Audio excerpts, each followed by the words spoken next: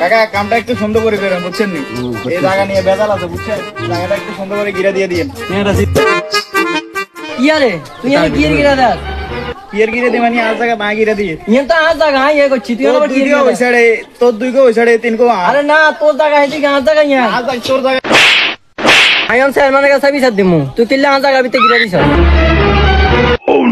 I মেম্বারের কাছে যায় সাইকে কি করে, আই মেম্বারের কাছে যায়। আচ্ছা এখন তোমার বাতিজা কই?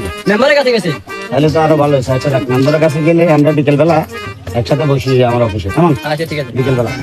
আচ্ছা আমার কাছে তো একটু আগে চেয়ারম্যান সাহেব কল দিছে, চেয়ারম্যান সাহেব বললে বিকেলবেলা বসবো, তাহলে আমি বিকেলবেলা বসবো, আর সমস্যা নাই, যাও এখন যাও। আচ্ছা যেহেতু জায়গা সম্পত্তি নিয়ে ভেজাল, আমাদের কথাও মানবে বলছো, তাহলে আমি মেম্বারের উপরে দায়িত্ব দিয়ে যাইতেছি, যেহেতু আমার বোর্ড অফিসের কাজ আছে।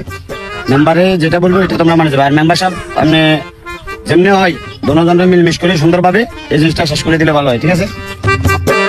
চেয়ারম্যান সাহেব তার কারণে চলে গেছে, এখন আমি যেটা সিদ্ধান্ত তুমি এটা মানতে হইব, ঠিক আছে নি? ঠিক আছে আমরা মানবো।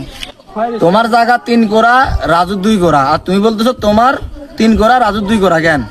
তাইলে আমি একটা বিচার করে দিই, তোমার 2 গোড়া, রাজুরও 2 গোড়া, আর তোর হয়েছে ক গোড়া?